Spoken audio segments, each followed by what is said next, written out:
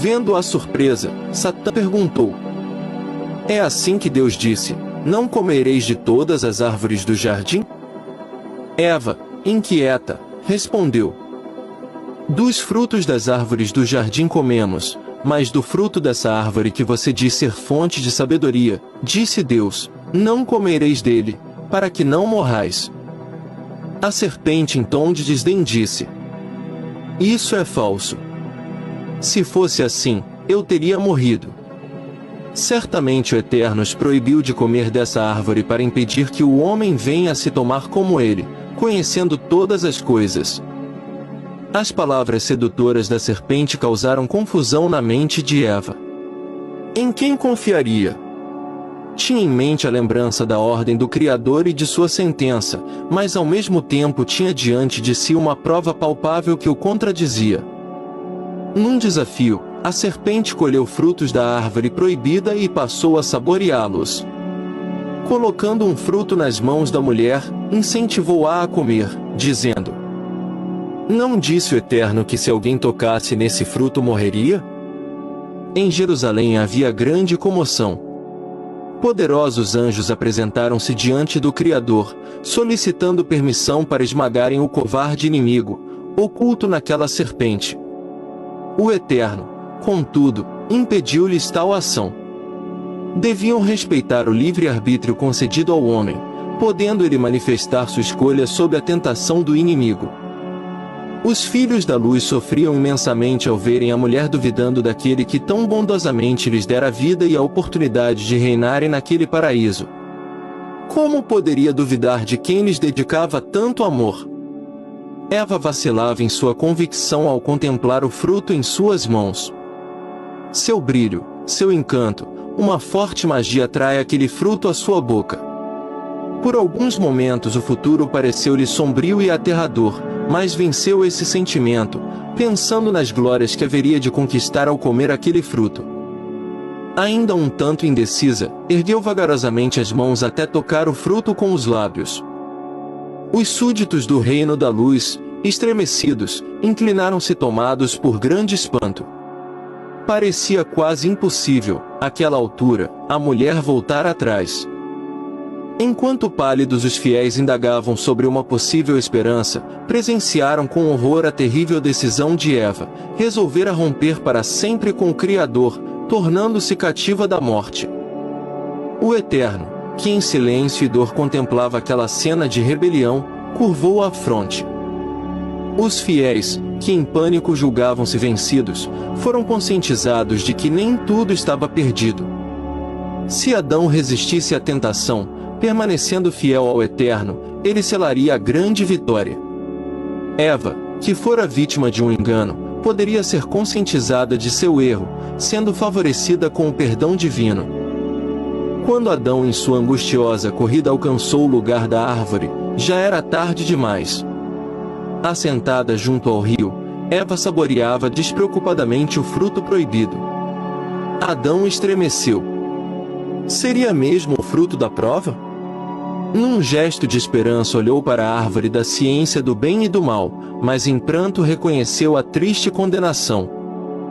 Cheio de tristeza contemplou sua esposa, mas não encontrou palavras para despertá-la para tão amarga realidade. Em completo desespero, ergueu a voz numa dolorosa exclamação: Eva, Eva, o que você está fazendo? Ao comer do fruto proibido, a mulher foi tomada por emoções que a fizeram imaginar haver alcançado uma esfera superior de vida. Ao ouvir a voz de seu esposo, ainda tomada pelas ilusórias emoções, ergueu a fronte estampando um sorriso, mas surpreendeu-se ao vê-lo chorando. Com profunda amargura, Adão procurou saber a razão que a levará a rebelar-se contra o Eterno. Eva, prontamente, passou a contar-lhe a fantástica história da sábia serpente. Satã sabia que essa história de serpente jamais convenceria o homem a comer do fruto da árvore proibida. Precisava encontrar uma maneira sutil de levá-lo a selar sua sorte seguindo os passos de sua esposa. Tendo Eva sob seu poder, resolveu fazer dela objeto tentador. Aguardaria o momento oportuno para enlaçá-lo. No dia em que dela comerdes, certamente morrereis. A lembrança desta sentença deixava Adão muito aflito. A expectativa de ver sua amada perecendo em seus braços era demais para suportar. Esta aflição, contudo, foi diminuindo, ao ver que ela continuava feliz e carinhosa ao seu lado, como se nenhum mal lhe houvesse acontecido. Aliviado, Adão voltou a sorrir, correspondendo aos afetos de sua companheira. Rendia-se às mais doces emoções, longe de saber que era o inimigo quem o envolvia naqueles abraços.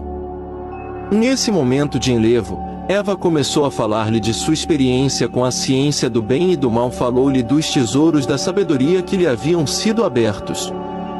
Em seu novo reino, viveria muito feliz.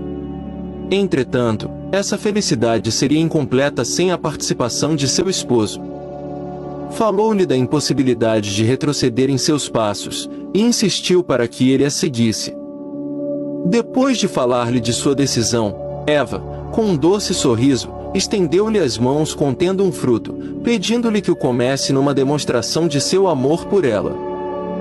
Com a voz tentadora em seus ouvidos, Adão assentou-se no gramado em profunda reflexão. Sua face tornou-se novamente pálida e suas mãos trêmulas. Temia rebelar-se contra o Criador, mas ao mesmo tempo compreendia que não conseguiria viver separado de sua companheira, a quem amava com infinito amor. Eva era a carne de sua carne, a extensão de seu ser. Sentia-se angustiado ao ter de tomar uma decisão tão séria. A palidez do rosto de Adão refletiu-se no semblante de todos os fiéis ao Eterno. Ouviram a insinuação do inimigo e perceberam com horror a vacilação do homem. A indecisão de Adão deixava-os desesperados. Obedecesse ele àquela proposta de Satã, toda a felicidade seria eternamente banida. Nas decisões do ser humano estava o destino de todo o universo. Depois de intensa luta íntima, Adão olhou para sua companheira, a ela unira-se em promessas de uma eterna entrega. Não a deixaria só agora. Partilharia com ela os resultados da rebelião. Tomou então das mãos de Eva um fruto e, num gesto apressado, levou-o à boca. Procurando abafar a voz de sua consciência, que lhe falava de uma eterna perdição, Adão lançou-se nos braços de sua esposa, desfrutando o alto preço de sua rebelião. Satã, com brados de triunfo, deixou o paraíso, voando rapidamente para junto de suas inumeráveis hostes, que aguardavam ansiosas o resultado de tão arriscada tentativa. Ao saberem da desgraça humana, uniram-se numa estrondosa festa. Sentiam-se seguros. Sião agora lhes pertencia por direito, podendo lá estabelecer um reino eterno, jamais sendo molestados pelas leis do Eterno. Em todo o universo os filhos da luz sofriam e pranteavam a derrota. Nunca houvera tanta tristeza e horror ante o futuro. As vozes que viviam a entoar louvores ao Criador proferiam agora lamentações. O Eterno, antes mesmo de criar o universo, já havia previsto esse triunfo da rebeldia, em sua sabedoria e amor, idealizar um plano de resgate. Ordenou que seus mais poderosos anjos circundassem imediatamente o jardim do Éden, impedindo que Satã tomasse posse do Monte Sião.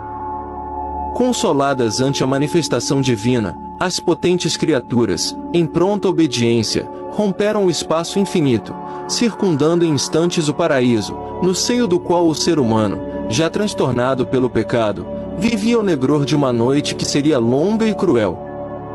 Sendo a autoridade do Eterno fundamentada na justiça, de que maneira poderia justificar suas ações diante dos inimigos? Não entregará por sua vontade o reino ao homem, e esse por livre escolha não o submeter a Satã? Enquanto surpresas as criaturas racionais consideravam as ações decisivas de Deus, ouviram sua potente voz que, repercutindo por toda a criação, trazia a revelação do grande mistério, revelação tão maravilhosa que a partir daquele momento, por toda a eternidade, ocuparia a mente dos fiéis, sendo tema para as mais doces meditações. O Eterno falou primeiramente sobre a terrível condenação que pendia sobre o homem e toda a criação. Disse que, ao se desligar da fonte da vida, O homem havia se precipitado em tão profundo abismo que não poderia ser alcançado pelo seu braço de justiça e poder. Humilhado e torturado pelas garras do inimigo, não restava ao homem outra sorte além da morte, fruto doloroso de sua espontânea rebelião. Considerando a situação humana, as hostes da luz não viam possibilidades de triunfo. Sabiam que só o homem poderia retomar o domínio do inimigo, devolvendo-o ao Criador. Mas o ser humano, eternamente escravizado em sua natureza, seria incapaz de tal vitória. Com voz melodiosa e cheia de ternura, Deus revelou o plano da redenção, dizendo: na verdade, o homem colherá o fruto de sua rebelião numa terrível morte. Não posso, com o meu poder, mudar-lhe a sorte. Se assim agisse, seria injusto diante de meu decreto. Mas farei cair toda a condenação sobre um substituto que surgirá na descendência humana. Esse homem não trará em suas mãos as algemas da morte, sendo inocente e incontaminado em sua natureza. Como representante da raça humana, enfrentará Satã e o vencerá. Após triunfar nessa batalha, provando que o amor é mais forte que o egoísmo, que a verdade é mais forte que a mentira, que a humildade é mais poderosa que o orgulho, o fiel substituto erguerá as mãos vitoriosas não para saudar a grande conquista, mas para tomar das mãos da humanidade escravizada a taça de sua condenação. Sorverá assim, submisso, o cálice da eterna morte. Esse imenso sacrifício abrirá aos seres humanos uma oportunidade de serem redimidos, voltando aos braços do Criador, juntamente com o domínio perdido. As hostes, surpresas ante a revelação do Eterno, indagaram a identidade desse substituto. O Criador, com um sorriso amoroso, disse-lhes: parte de mim será esse homem. O meu espírito repousará sobre uma virgem, e nela será gerado um filho santo. Esse menino será divino e humano. Em sua humanidade, ele será submisso à divindade que em ele habitará. Os remidos verão em ele o Pai da eternidade, o Criador e Redentor, o Rei dos Reis. O seu nome será Yoshua, nome hebraico que traduzido significa o Eterno Salva. Ponto. Assumindo a natureza humana, Deus poderia pagar o resgate, morrendo em lugar dos pecadores. As hostes da luz ficaram emudecidas ao conhecer o plano do Criador. O pensamento de verem-no submeter-se a tão penoso sacrifício, a fim de redimir o domínio perdido, era demais para suportarem. Não havia, contudo, outra esperança de vitória, a não ser através dessa amorosa entrega. Após desfrutar o pecado, o jovem casal sentiu-se mal. Inicialmente sentiram um grande vazio no coração, que logo foi preenchido pelo remorso e pela tristeza. Perceberam que, inspirados pela cobiça, haviam selado sua triste sorte e a de toda a criação. Parecia-lhes ouvir ao longe o gemido de um universo vencido. O sol, que os enchera de vida e calor naquele dia, ocultava-se no horizonte, anunciando-lhes uma negra noite. O arrebol, que até ali anunciará-lhes o feliz encontro com o Criador, parecia envolvê-los numa sentença de que jamais despertariam para um novo dia. Com o olhar voltado para o frio solo, vinha-lhes à lembrança a sentença: no dia em que dela comerdes, certamente morrereis. Desesperadas lágrimas rolavam em seus rostos ao aguardarem o trágico fim. Ao considerar o motivo de sua rebelião, Adão começou a recriminar sua esposa por ter dado ouvidos à serpente. Eva, por sua vez, procurando desculpar-se, lançou a culpa sobre o Criador, dizendo: por que o Eterno permitiu que a serpente me enganasse? O amor que reinava no coração humano desaparecia, dando lugar ao orgulho e ao egoísmo, que se fundiam em ressentimentos e ódio. Sua natureza já não era pura e santa, mas corrompida e cheia de rebeldia. Tudo estava mudado. Mesmo a brisa mansa que até ali os havia banhado em carícias refrescantes, enregelava agora o culposo par. As árvores e os canteiros floridos, que eram seu deleite, consistiam agora em empecilhos ao caminharem sem rumo naquela noite. O propósito de Satã em encher o sábado de trevas parecia haver se cumprido.